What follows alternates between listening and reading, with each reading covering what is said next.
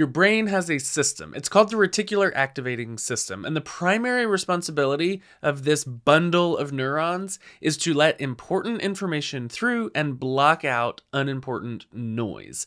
This system is the reason that when you're in a crowded room and there are a bunch of conversations, you can hear someone say your name. Your name is pretty important signal. Everyone else's conversation, it's just a bunch of noise. This system is the reason that when you buy a new car, suddenly every other car on the road is the exact same car as the car you just bought. That's not actually true, but now your brain is primed to see those cars, and so you're seeing them everywhere.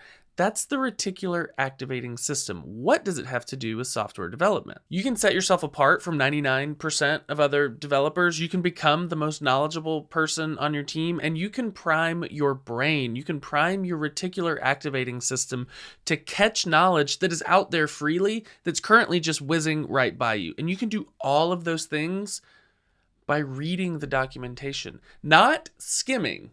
Not skimming the documentation, not looking at the documentation when you have a problem. Sitting down and reading the documentation front to back, cover to cover, like a book. This is going to do two things for you that you just can't get any other way. It's going to help you build your mental map of the universe, and it's going to prime your brain to catch further details. Let's talk about the mental map. As you're reading the documentation cover to cover, don't put any pressure on yourself. You don't have to memorize anything. You barely have to remember anything. But as you're taking in the broad survey of the documentation, your brain is working. Even if you're not memorizing, your brain is creating a map.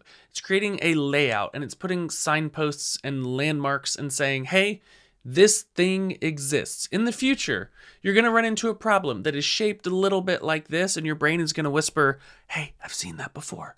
Let's go back to the documentation. Let's take this problem that we have now and go back to the documentation and dive deep. And that's when you'll be able to pick up the details much more easily because one, you knew it existed, and two, you'll be able to draw connections across the entire corpus of the docs. You'll say, oh, this is kind of like that thing that I read about and this thing that I read about. And it all comes together because you do have that map. You do have that layout that you simply can't get by going and looking at the docs whenever you have a discrete problem. You may be thinking, Aaron, this is ridiculous. ChatGPT has all of the answers. Yes, but unfortunately, you have to have all of the questions.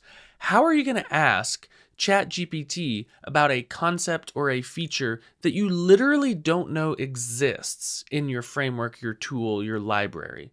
How are you going to ask ChatGPT to help you work through it if you don't know it exists? That's what reading the docs cover to cover gives you. It gives you a survey of what exists, and then you decide what you're going to go deep on, where you're going to learn more details. But what about the reticular activating system, right? I told you at the beginning that the brain has a process for letting good information through. As you're reading the docs cover to cover, your brain is being positively filled up with new words, phrases, concepts, ideas that it was previously unaware of. And so this tells your reticular activating system, hey, I got a bunch of new signal that you should start paying attention to. So now when you're looking on Twitter or you're reading Hacker News comments or you're looking at Reddit or you're listening to a podcast, things that previously would be filtered out by your brain because you had no context whatsoever for it, now instead of noise, it's signal, and your brain is going to say, hey, I read something about that. I should pay attention to this part. And so literally everything that you do in your normal life is going to become more profitable in terms of learning. And when it does come time to dive deep on a particular topic, you are going to find it so much easier because your brain is primed. Your brain is primed and ready to go. If everyone actually read the documentation for the most important tool or library in their stack, this wouldn't give you a relative advantage. It would still be good. You would still learn a lot, but it wouldn't give you a relative advantage over the field. The good news is hardly anybody does this. Next to no one does this. No matter how much I tweet or write a blog post or make a video, no one is going to do this. I tweeted about this a little while back, and a few people said, I did this and it changed my life. I got promoted, I got hired away, I became the smartest person in the office. A lot of people said, I'm not going to do that. I don't have time to do that. I'm not going to get paid to read the docs. That's fine. It will give you an advantage, and I can always find time for something that gives me an advantage. I want to get promoted.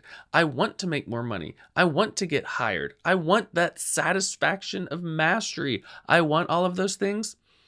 So I'm going to keep reading the docs. I'm going to keep reading the docs. I'm going to keep watching other people say they won't read the docs and keep realizing that's fine. It gives me a relative advantage. See ya.